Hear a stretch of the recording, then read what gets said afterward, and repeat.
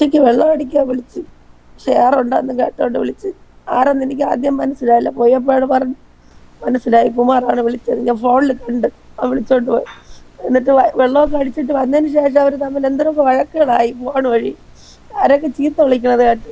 കുറെ കഴിഞ്ഞപ്പോൾ വണ്ടിയും കൊണ്ടുവന്ന് ഹോൺ അടിച്ചു കുറേ നേരം. പിന്നീട് വഴക്കമില്ല. പിന്നീട് കിടന്നുകൊണ്ട് ഭയങ്കര വിളിയായിരുന്നു. വിജയ വാടാ വാടാന്ന് കിടന്നുകൊണ്ട് വിളിച്ചു. ഞാൻ ഒരു ചുമ്മാ വിളിക്കണതായിരിക്കും. 5-6 പ്രാവശ്യം വിളിച്ചപ്പോൾ വീട്ടിൽ നിന്ന് വെളിയിറങ്ങി വെട്ടാനാണ് വിളിക്കുന്നത്. അടിയെന്നാലും വിചാരിച്ചു.